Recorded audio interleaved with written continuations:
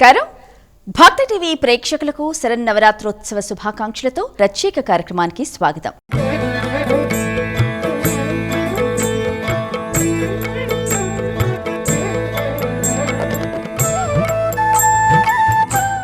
దేవి శ్రీచక్ర త్రిపురాత్రయంలో మొదటి దేవత ఆమె.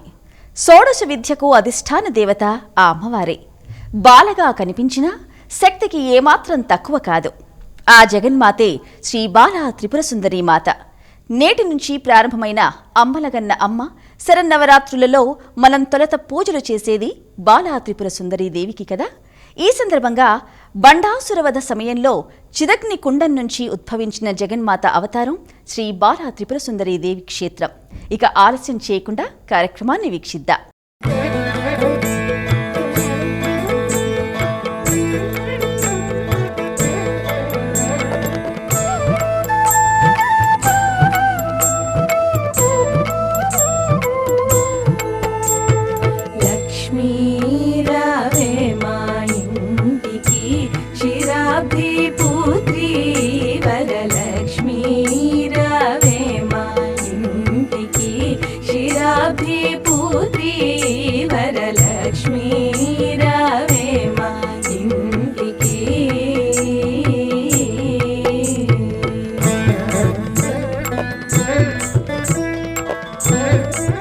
భండపుత్ర వధోయుక్త బాలా విక్రమ నందిత శ్రీ లలితా సహస్రనామం పఠించే వారికి ఈ శ్లోకం తెలిసే ఉంటుంది. భండాసురుడి రాక్షస పుత్రులను సంహరించేందుకు అమ్మవారు ఎత్తిన అవతారమే శ్రీ బాలా త్రిపుర సుందరీ దేవి. అయితే లలితాదేవి లీలలో భాగంగా బాలగా అమ్మ ఉద్భవించిన ప్రదేశం త్రిపురాంతకం అంటారు. అలాగే త్రిపురాసురులను సంహరించటంలో మహాశివుడికి సహాయం చేసి ఆయనతో సహా కొలువైన ప్రదేశమే ప్రకాశం జిల్లాలోని త్రిపురాంతక క్షేత్రం. మహామహిమాన్వితమైన ఈ పుణ్యధామం అనేక అద్భుతాల సమాహారం. అమ్మ అవతారమే ఓ అద్భుతం. శక్తి ఆరాధనలో బాలా త్రిపుర సుందరీ దేవిది ప్రత్యేక స్థానం. త్రిగుణైక శక్తి ఆమెది. సరస్వతి విజ్ఞానం, కాళిక శక్తి, లలిత సౌభాగ్యం కలగలిసిన అపురూపదాయిని, ఆనందప్రదాయిని శ్రీ బాలా త్రిపుర సుందరి. నిర్మలత్వానికి ప్రతీక అయిన బాల్యంలో మనస్సు, బుద్ధి, అహంకారం ఈ తల్లి ఆధీనంలో ఉంటాయి. అభయహస్తం, అక్షరమాల ధరించిన బాలరూపాన్ని ఆరాధిస్తే నిత్య సంతోషం సిద్ధిస్తుందని విశ్వాసం. షోడశ విద్యకు ఈమె అధిష్టాన దేవత కాబట్టి త్రిపుర సుందరీ దేవి అనుగ్రహం కోసం బాలార్చన చేస్తారు ఉపాసకులు. శ్రీచక్రంలో మొదటి దేవత బాల. అందుకే సత్సంతానాన్ని అందించే తల్లిగా బాలా త్రిపుర సుందరీ దేవి భక్తుల పూజలు అందుకుంటోంది. త్రిపురాంతకేశ్వర స్వామి, బాలా త్రిపుర సుందరి అమ్మవార్ల నామస్మరణతో పునీతమవుతున్న దివ్యక్షేత్రం ఆంధ్రప్రదేశ్ రాష్ట్రంలోని త్రిపురాంతకం. దేశంలో ఉన్న ప్రాచీన శైవక్షేత్రాల్లో ఒకటిగా శ్రీశైల క్షేత్రం కంటే అతి పురాతనమైనదిగా ఖ్యాతిగాంచిన ఈ త్రిపురాంతక క్షేత్రం స్వామి అమ్మవార్ల లీలా విశేషాలతో పునీతమైంది. సుందర ప్రశాంత వాతావరణంలో మనోహరమైన ప్రకృతి రమణీయతను శోభించే ఈ క్షేత్రం ప్రకాశం జిల్లాలో ఉంది. 4 మహాద్వారాలున్న శ్రీశైల భవ్యధామానికి తూర్పు ద్వారంగా భాసిల్లుతోంది త్రిపురాంతకం. శ్రీశైల వెండికొండకు దాదాపు 100 కిలోమీటర్ల దూరంలో విలసిల్లుతోంది.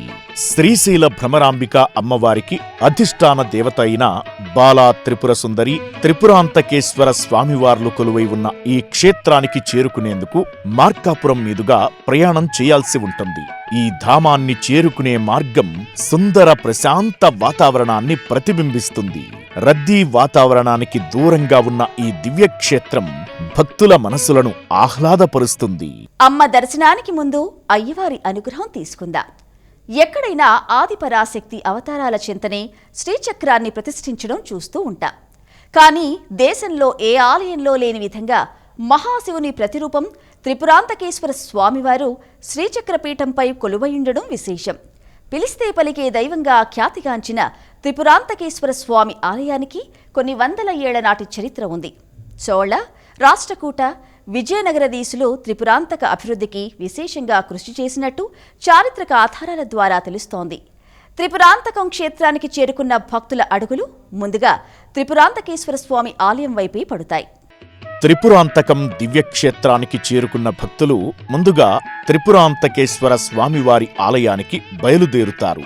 కుమారగిరి పర్వతంపై ప్రశాంత వాతావరణంలో ఉన్న త్రిపురాంతకేశ్వర స్వామివారి ఆలయానికి చేరుకునే మార్గం భక్తులకు కావలసిన మానసిక ప్రశాంతతను అందిస్తుంది. ఘాట్ రోడ్డు ప్రారంభంలో నూతనంగా నిర్మించిన ముఖద్వారం భక్తులను ఆకర్షిస్తుంది. కుమారగిరిని అధిరోహించే మార్గం భక్తులను పరవశింపజేస్తుంది. ఈ మార్గం మధ్యలో కుడి చేతి భాగాన శిథిలమైన మఠం ఒకటి దర్శనమిస్తుంది. ఈ మఠంలో శిథిలంలో ఉన్న శివలింగాలను చూడవచ్చు. వాటిని దర్శించుకున్న భక్తులకు ఇదే మార్గంలో మరికొన్ని శివలింగాలు కనిపిస్తాయి. సర్వం శివమయం అనేందుకు తార్కాణంగా ఇవి గోచరిస్తాయి. విశాల ప్రాంగణంలో త్రిపురాంతకేశ్వర స్వామివారి ఆలయం దర్శనమిస్తుంది. ప్రధానాలయ ముందు భాగాన ధ్వజస్తంభ వీక్షణం చేసుకున్న భక్తులకు అక్కడే శిలారూపంలో ఉన్న శివలింగం, నందీశ్వరుడు దర్శనమిస్తారు. అలనాటి కట్టడాలకు నిదర్శనంగా మిగిలిన ఈ త్రిపురాంతకేశ్వర స్వామివారి ఆలయం దేశంలో మరెక్కడా లేని విధంగా శ్రీచక్ర పీఠంపై నిర్మించబడింది. గర్భాలయ ఆవరణలో ముందు భాగాన విఘ్నేశ్వరుడు, సుబ్రహ్మణ్యేశ్వర స్వామివార్ల శిలారూపాలు దర్శనమిస్తాయి. వారిని దర్శించుకున్న భక్తులకు ఆపై శిలారూపంలో ఉన్న నందీశ్వరుడు అనుగ్రహిస్తాడు. ఆపైన త్రిపురాంతకేశ్వర స్వామియే నమః అంటూ గర్భాలయంలోకి ప్రవేశించి త్రిపురాంతకేశ్వర స్వామివారి దివ్యమంగళ రూపాన్ని దర్శించి భక్తులు అలౌకికమైన ఆనందానికి లోనవుతారు. వరగర్వంతో చెలరేగిన త్రిపురాసురులను సంహరించేందుకు పరమేశ్వరుడు అడుగిడిన ప్రదేశమే ఈ త్రిపురాంతకమని విశ్వాసం. కుమార పర్వతంపై త్రిపురాంతకేశ్వర స్వామిగా వెలసిన లింగం జలలింగమని, సర్వదా నీరు ప్రవహింపజేస్తుందని చెబుతారు. అయితే కాలక్రమంలో దుండగులు ఈ లింగాన్ని నాశనం చేయడంతో దాని స్థానంలో మరో లింగాన్ని ప్రతిష్ఠించినట్టు తెలుస్తోంది. తత్పురుష మహాలింగంగా త్రిపురాంతక లింగాన్ని పురాణాల్లో పేర్కొన్నారు. స్వామి ఉగ్రరూపం కనుక తూర్పు గ్రామాలు తగలబడిపోయాయనే కథ ప్రచారంలో ఉంది. అందుకే ఆ ద్వారాన్ని మూసివేయడంతో పక్కగా ఉన్న దారిగుండా వెళ్లి దర్శనం చేసుకుంటారు భక్తులు. త్రిపురాంతకేశ్వరునికి ఉత్తరాన పార్వతీదేవి స్కందమాతగా అనుగ్రహిస్తుంది. పై రెండు చేతులలో శాక్తేయ చిహ్నాలైన త్రిశూలం, ఢమరుకం, కింది చేతులలో పద్మాలు కలిగి ఉంటుంది. అమ్మవారి ముందు కాశీ విశ్వేశ్వర లింగాన్ని సైతం భక్తులు దర్శించుకోవచ్చు. త్రిపురాంతకేశ్వర స్వామి ఆలయం సమీపంలోనే శ్రీ లక్ష్మీ చెన్నకేశవాలయం, పంచలింగ దేవాలయాలు ఉంటాయి. ఈశాన్యంలో ఆవు పొదుగు ఆకారంతో లింగాలు దర్శనమివ్వడం విశేషం. దక్షిణ మెట్ల మార్గం వైపు వీరభద్రాలయం, ఆ పైవైపుగా ఇష్టకామేశ్వరి దేవాలయాల దర్శనం ప్రాప్తిస్తుంది భక్తులకు. దక్షిణంగా అగస్త్యలింగం, ఆగ్నేయంలో యజ్ఞేశ్వరలింగం, వాయువ్యంలో హనుమంతుడు ప్రతిష్ఠించిన మారుతిలింగం, పక్కనే మార్కండేయ ప్రతిష్ఠిత దివ్యలింగం కానవస్తాయి. గర్భాలయానికి నైరుతి దిశలో చీకటి మిద్దె అనే చీకటి గుహను చూడవచ్చు. ఇక్కడి నుంచి కాశీ, శ్రీశైలాలకు సొరంగ మార్గం ఉందంటారు. శ్రీచక్ర ఆధారిత నిర్మమైన ఏకైక శివాలయం త్రిపురాంతకం. ఈ దేవాలయము శ్రీచక్రం మీద ఉంటుందని, ప్రపంచంలోనే ఒక సిద్ధిక్షేత్రం అంటారు దీన్ని. రాక్షసులే నిర్మించబడని చెప్తారు మనం. అలాగనే ఈ దేవాలయానికి తూర్పు ప్రవేశం నిషిద్ధము, నైరుతి ప్రవేశము. నైరుతి ప్రవేశం రాక్షస ప్రవేశం అంటారు.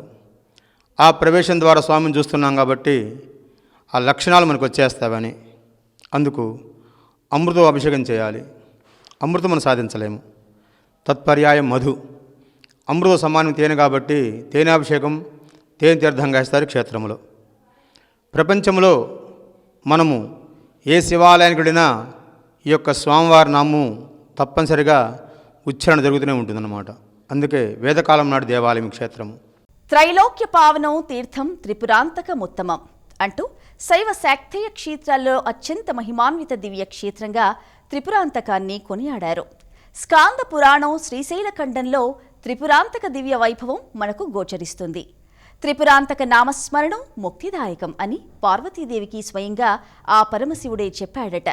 అయితే బాలా త్రిపుర సుందరి ఈ క్షేత్రంలో ఎలా వెలిసింది, అమ్మ సాక్షాత్కారం ఎలా ప్రాప్తించింది ఇత్యాది విశేషాలను ఇప్పుడు తెలుసుకుందాం. త్రిపురాసురులను సంహరించే సమయంలో ధనస్సు పనిచేయక శివుడు తడబడ్డాడట. అప్పుడు అంతర్ముఖుడైన ఈశ్వరుడు పరదేవతను ఆత్మలో ధ్యానించగా లీలా వినోదిని బాలా త్రిపురసుందరిగా సాక్షాత్కరించింది, శివుని ధనస్సులో ప్రవేశించింది. ఈ ఘట్టానికి ఋగ్వేదంలో ఓ మంత్రం సాక్షిగా కనిపిస్తుంది. అమ్మవారి తోడ్పాటుతో రుద్రుడు బాణం ఎక్కుపెట్టాడు. త్రిపురాలన్నీ ఒకే సరళ రేఖలో చేరాయి. రుద్రబాణంతో అవి ఒకేసారి ధ్వంసమయ్యాయి. బాలా త్రిపుర సుందరి ధనస్సు నుంచి బయటకొచ్చింది. శివుడు ఆమె సాయాన్ని ప్రస్తుతించాడు. ఆమె కృతజ్ఞతతో త్రిపురాసుర సంహారం చేసిన రుద్రుడు ఎక్కడ ఉంటే తాను అక్కడే ఉండి ఆయన్ను సేవిస్తాను అని ఆయన అనుగ్రహాన్ని కోరింది. అక్కడే రుద్రుడు వైఢూర్యలింగంగా అవతరించగా ఆ పైభాగాన దివ్యజలలింగాన్ని బ్రహ్మదేవుడు ప్రతిష్ఠించాడని పురాణవచనం. లలితా సహస్రంలో పేర్కొన్నట్టు లేత రక్తవర్ణంతో ఉండే కదంబ పుష్పాలు అమ్మవారికి మహాప్రీతి.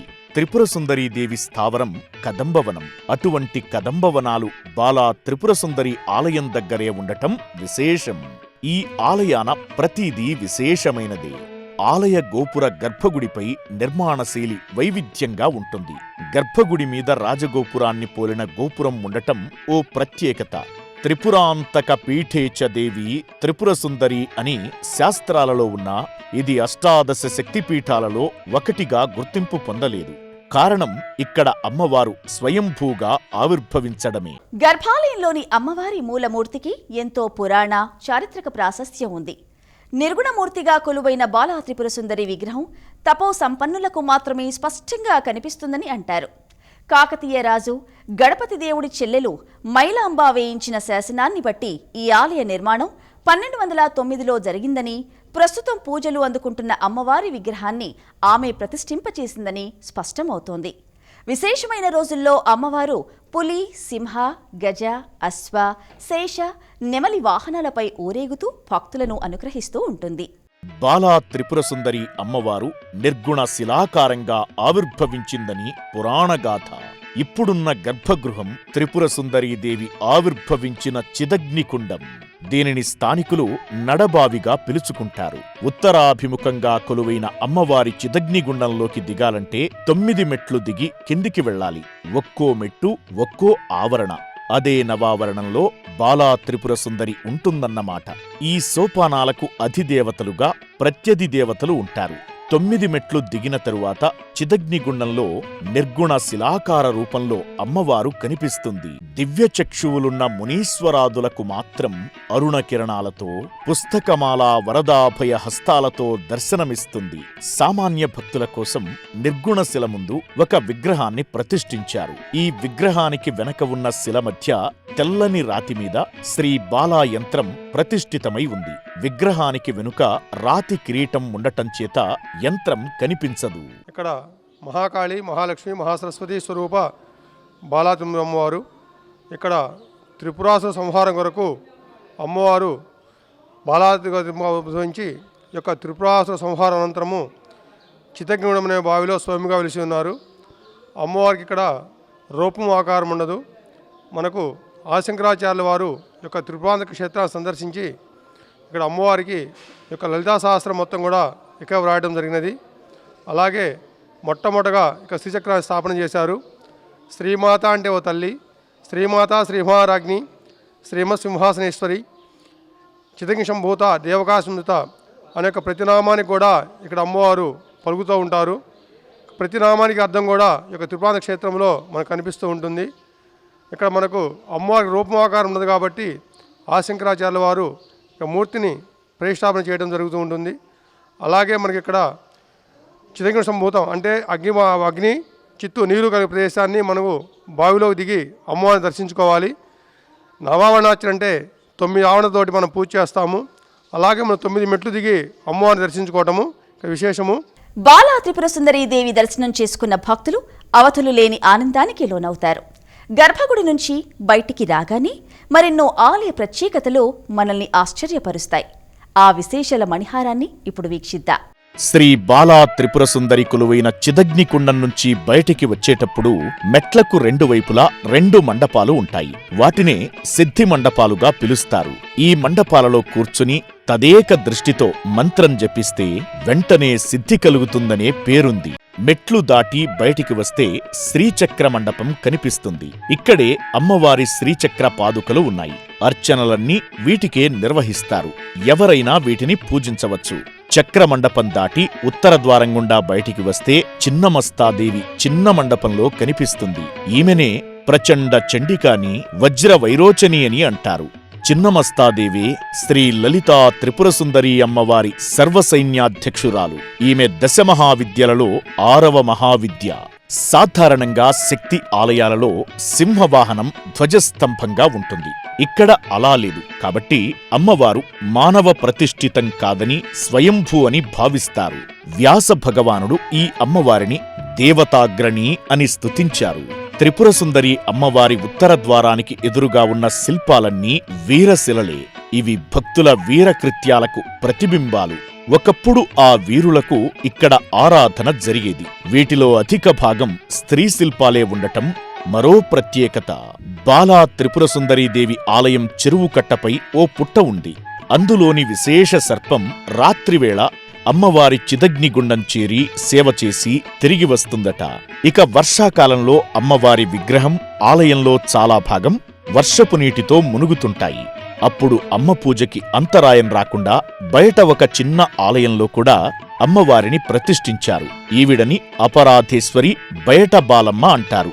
ఆలయం నీట మునిగిన సమయంలో ఇక్కడే దేవీ ఆరాధన నిర్వహిస్తారు. త్రిపుర సుందరి అంటే మనలోని 3 అవస్థలైన జాగృత్, స్వప్న, సుషుప్తిలకు అధిష్టాన దేవత. మనిషి ఎన్ని జన్మలెత్తినా ఈ 3 అవస్థలలోనే తిరుగుతూ ఉంటాడు. కేవలం ఉపాధులు మాత్రమే మారుతాయి. అలాంటి తల్లి బాలరూపంలో మనలోనే ఉంది. ఆత్మస్వరూపురాలు అయిన బాలను పూజిస్తే జ్ఞానం, మోక్షం దిశగా పరబ్రహ్మతత్వం వైపు నడిపిస్తుంది. అందుకే అమ్మవారి స్వరూపంగా భావించే బాలలను త్రిపుర సుందరిగా అలంకరించి పూజ నిర్వహించడం ఆనవాయితీ. దేవి శరన్నవరాత్రుల వేళ అంతటి మహిమ కలిగిన బాలా త్రిపుర సుందరి దర్శనం జన్మజన్మల పుణ్యఫలం. వీక్షించారుగా దేవీ శరన్నవరాత్రుల శుభవేళ త్రిపురాంతకం బాలా త్రిపుర సుందరి అమ్మవారి వైభవాన్ని. ఆ జగమేలే తల్లి కృపాకటాక్ష వీక్షణాలు మనందరిపై ఉండాలని ఆశిస్తూ మరో ప్రత్యేక కార్యక్రమంలో మళ్లీ కలుసుకుందాం. అంతవరకు సెలవు. నమస్కారం.